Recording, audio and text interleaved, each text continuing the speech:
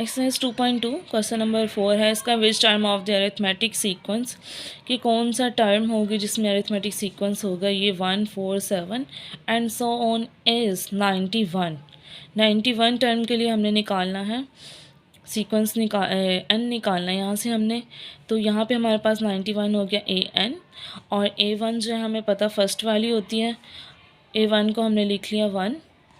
Difference किस तरह से निकलेगा, डिफरेंस 4 में से माइनस कर लेंगे 1, तो हमारे पास 3 आ गया। तो कैसे फॉर्मूला लगा लिया, a n is equal to a one plus n minus one into d. A n की जगह आगे 91 is equal to a one की वैल्यू लिखी 1 plus n minus one as it is लिखा, डिफरेंस की जगह 3 आ गया। अब इस 3 को हमने मल्टीप्लाई कर लिया तो 3n माइनस 3 आ गया। अब यहाँ पे इस +1 को लेफ़्ट साइड पे लेके गए हैं तो +1 था तो -1 हो गया। 91 में से 1 माइनस किया तो हमारे पास 90 आ गया, और 3n माइनस 3 को एज इट इज़ लिखा है यहाँ पे। अब 90 और यहाँ पे 3 है, 3 को अगर हम लेफ़्ट साइड पे लेकर जाएंगे तो +3 हो जाएगा इज़ इक्वल टू 3n। अब 90 में 3 ऐड कर लेंगे तो 93, और 3n जो है इधर 3n से मल्टीप्लाई हो रहा था और लेफ़्ट साइड पे जाके n से डिवाइड हो जाएगा 3। तो यहाँ पे n रह गए, यहाँ पे कटिंग कर लेते हैं इसकी। 3 1 3 एंड 3 3 9 एंड 3 1 3। तो यहाँ पे हमारे पास n जो आ गया वो हमारे पास 31। 31st टर्म के लिए जो n का वो आंसर आता है 91। नेक्स्ट क्वेश्चन नंबर 5 है, which term of the arithmetic sequence 2 5 8 and so on is 62। उसी तरीके से हमने सीक्वेंस निकालना है कि उन से सीक्वेंस के लिए 62 आंसर आएगा।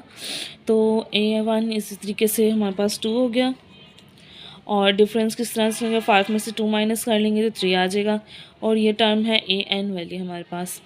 तो उसी तरीके से फार्मूला लिखा, फार्मूले में पुट किया AN 62 था, A1 2 plus n minus 1 as it is आ गया, डिफरेंस की जगह 3 आ गया। अब यहाँ पे 62 और ये +2 था तो लेफ़्ट साइड पे जाके -2 हो गया।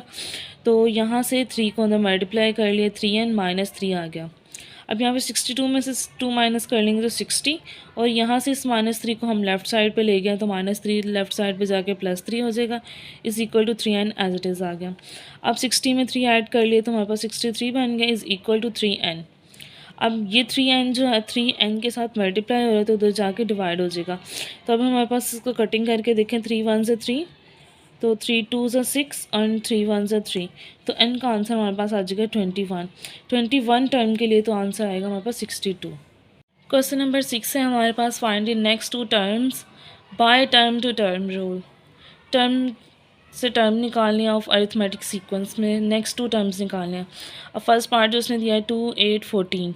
अब यहाँ पे A1 हमारे पास 2 है, A2 ये है, A3 है, तो A4 और A5 हम निकाल लेंगे। पहले हम इसका डिफरेंस निकाल लेते हैं। इन दो वैल्यूज़ को लेके निकाल लिया, 8 में से 2 माइनस किए तो 6 आ गया। A1 2 थी, A2 में किस तरह से निकलेगा, हमारे पास A1 में डिफरेंस ऐड करेंगे तो हमारे पास A2 का आंसर आ जाएगा। तो A1 हमारे पास 2 था, 2 प्लस डिफरेंस 6 था, 2 plus 6 is which is equal to 8। इस तरीके से A3 निकालेंगे तो A2 प्लस D आ गया। तो A2 के आंसर हमारे पास 8 आया, 8 plus 6 which is equal to 14। इस तरीके से A4 निकालेंगे तो A4 में क्या होगा, A3 प्लस D। तो A3 हमारे पास 14 आया था, 14 में डिफरेंस ऐड कर लिया तो हमारे पास 20 बन गया। अब ये हम आ गया हमारे पास A4 का आंसर। A5 का किस तरह से निकलेगा, A4 प्लस D। A4 हमारे पास 20 आया था, 20 प्लस डिफरेंस जो कि 6 था, 20 में 6 ऐड करेंगे तो 26 आ गया। ये आ गया हमारे पास नेक्स्ट 2 टर्म्स की value 20 and 26। Next second part है हमारे पास 1 5 9 एंड सो ऑन।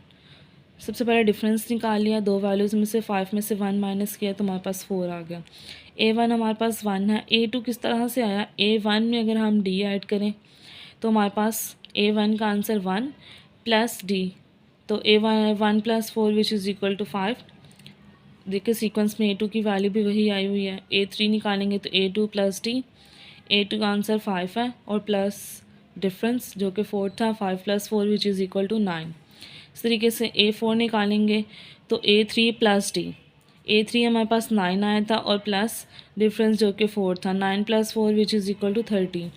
और A5 निकालेंगे तो A4 प्लस D करना पड़ेगा, विच इज़ A4 जो था वो हमारे पास 13 आंसर आया उसका, और +4 डिफरेंस वाला हमने ऐड किया 13 + 4 विच इज़ इक्वल टू 17। तो ये नेक्स्ट टू टर्म्स आ गई 13 एंड 17।